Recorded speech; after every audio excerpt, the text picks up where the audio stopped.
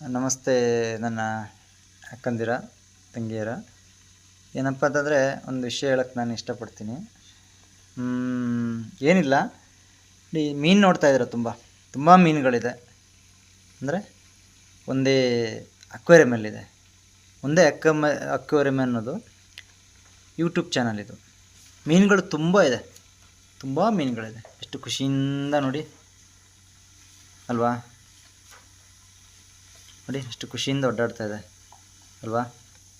ಈಗ ನೋಡಿ ಬೆಳಕು ಬಂತು, ಈ ಬೆಳಕೆ ರಾಹುಲ್ ನೋಡಿ,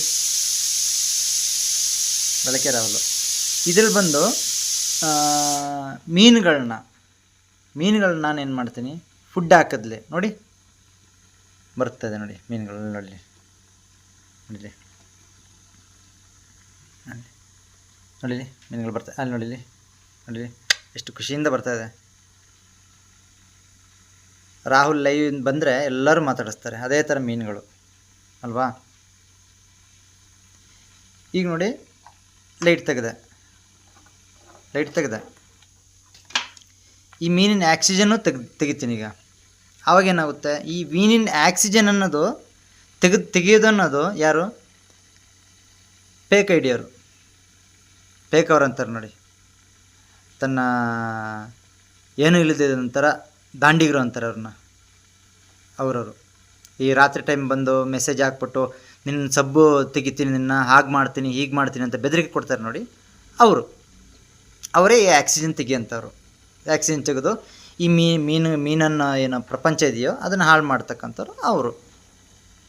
ಯಾಕೆ ಹೇಳ್ತಾ ಇದ್ದೀನಪ್ಪ ಅಂದರೆ, ಇವತ್ತು ಬೆಳಗ್ಗೆ ಯೂಟ್ಯೂಬ್ ಓಪನ್ ಮಾಡಿ ಲೈವಿಗೆ ಹೋಗ್ಬೇಕಾದ್ರೆ ಏನೋ ಒಂಥರ ಶೀತ ಆಗಿತ್ತರ, ಒಂಥರ ಅನ್ನೋ ಸೌಂಡು ಒಂಥರ ಕೇಳಿಸ್ತಾ ಇತ್ತು. ನನಗೆ ಸುಮ್ಮನೆ ಕೇಳಿದೆ, ಎಲ್ಲೋ ಮಿಸ್ ಹೊಡಿತಾ ಇದೆಯಲ್ಲ ಅಂದ ತಕ್ಷಣ